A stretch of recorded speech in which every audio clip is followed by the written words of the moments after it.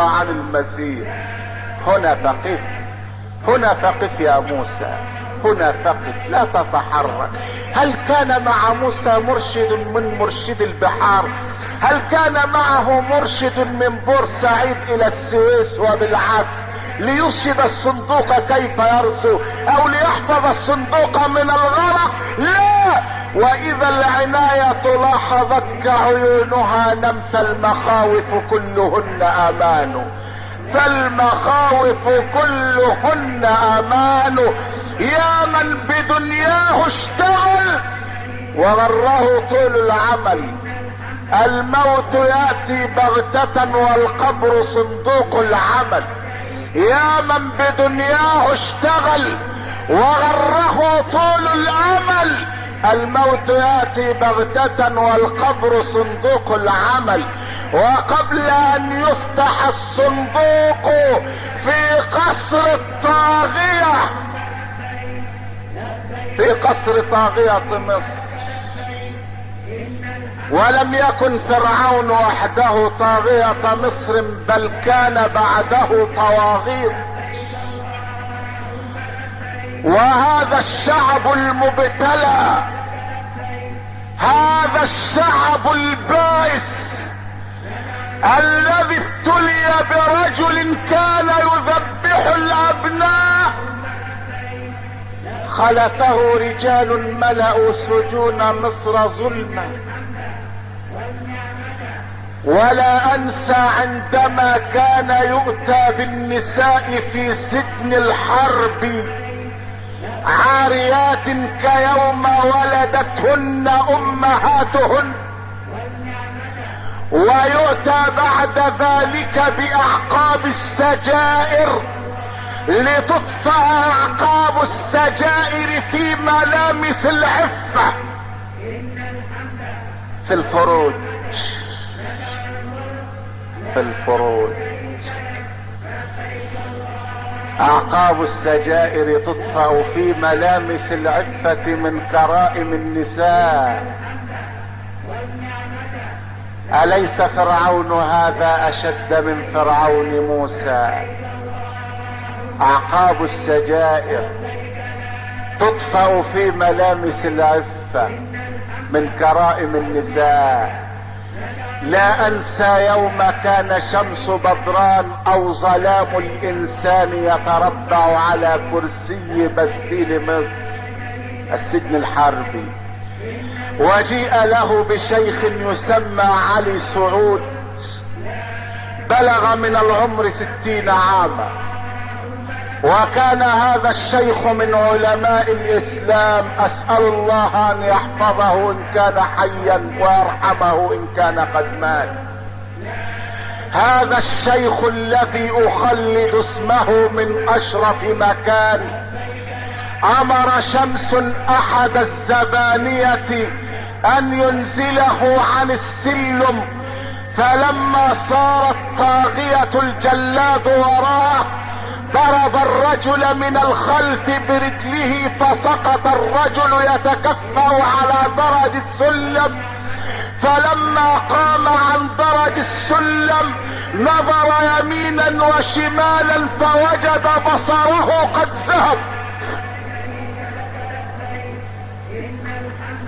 انفصال شبكي، وكسرت احدى اصابع يديه. فدخل الجلاد على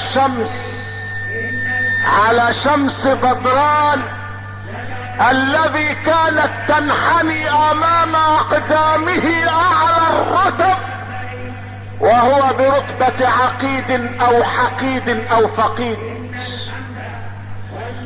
دخل الجلاد عليه مرتعدا وقال له: يا سيدي ان الرجل قد ذهب بصره وكسرت احدى اصابعه.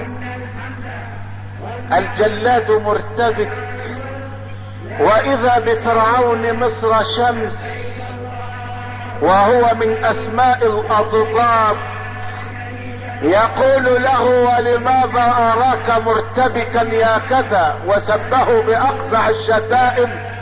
كنت اود ان تخبرني بان اصابعه العشرة قد كسرت لاعطيك على كل اصبع جنيها جائزة.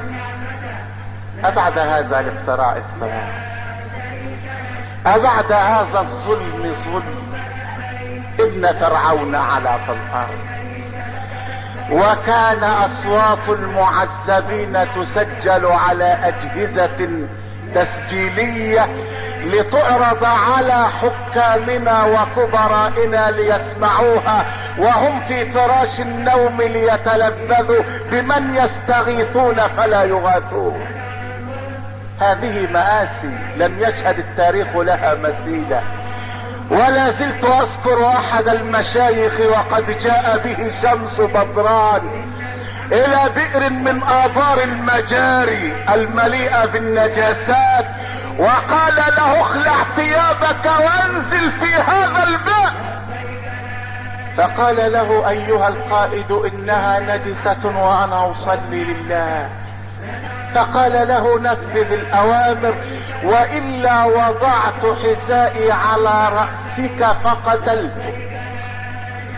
وينزل الشيخ العالم بئر المجاري حتى تصل المجاري الى اعلى عظام صدره، فيقول له الطاغية بدران انزل برأسك في المجاري. فيقول له ايها القائد رأس الذي يسجد لله ويقول سبحان ربي الاعلى اضعه في ماء المجاري. فقال له والا تفعل وضعت حذائي على رأسه. واذا بالشيخ يضع كفيه على وجهه وينزل في المجاري قائلا حسبي الله ونعم الوكيل. فقال له الطاغية اذا فاصعد. فقال له الشيخ متهكما لا اصعد الا اذا نزلت بوجهي 3 مرات كما اتوضا لله 3 مرات لتكون كل مرة شاهدا عليك امام الواحد الديان. ان فرعون علا في الارض، علا في الارض. وقالت امرأة فرعون قرة عين لي ولك لا تقتلوه، لا تقتلوه عسى ان ينفعنا او نتخذه ولدا. فيعقب علام الغيوب على هذه العبارة قائلا وهم لا يشعرون ان يد الله تعمل في الخفاء، ان يد الله تعمل في الخفاء فدعوها تعمل بطريقتها الخاصة. فليس لاحد ان يستعجلها او يقترح عليها. يوم ذهب بشهيد الاسلام سيد قطب لينفذ فيه حكم الاعدام في محكمة باب الخلق وخالق الخلق شاهد على هذا، ذهب معه احد الجلادين في مصر وكان يعمل يومها رئيس وزراء، وجيء له باحد اصحاب العمائم الزائفة ووقف الشيخ المزيف امام الشهيد يقول له قل اشهد ان لا اله الا الله وان محمد رسول الله. فقال له سيد قطب حتى انت يا فلان جئت لتكمل الفصل الاخير من مسرحية الظلم. واذا بجلاد مصر يضرب الشهيد بكرباجه قبل ان ينزل حبل المشنقة بدقائق، ويقول له بلسانه البذيء السفيه اتتفلسف حتى وانت قادم على الموت. ولما اراد صاحب المشنقة، لما اراد عشماوي ان يقيد ذراعي سيد قطب وراء ظهره قال له سيد قطب لماذا تقيدني؟ اتخاف ان افر من جنة الله رب العالمين؟ انني ذاهب الى الجنة، انني ذاهب الى الجنة، بيني وبين الجنة بيني وبين الجنة خطوات ان خطوتها اصبحت في الفردوس مع رسول الله.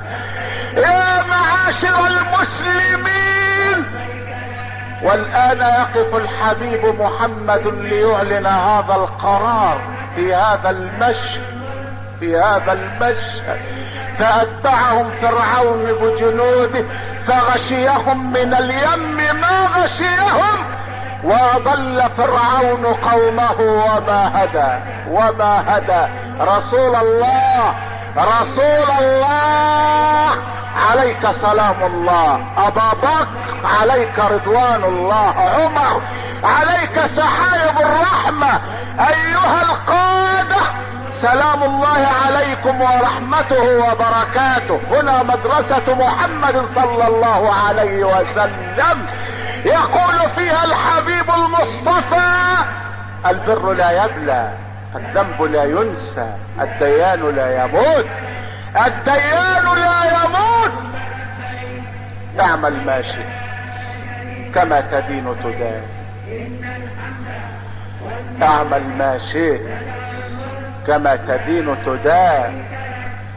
القبر يضمنا، الموت يعمنا، القيامة تجمعنا، الى الله مرجعنا فيحكم بيننا وهو خير الحاكمين. لا تظلمن اذا ما كنت مقتدرا، فالظلم ترجع عقباه الى الندم. تنام عينك والمظلوم منتبه يدعو عليك، وعين الله لم تنم. ايها السادة الاعزاء، كل ابن ادم خطاء وخير الخطائين التوابون. إن الحمد والنعمة لك والملك لا شريك لك، لبيك اللهم لبيك.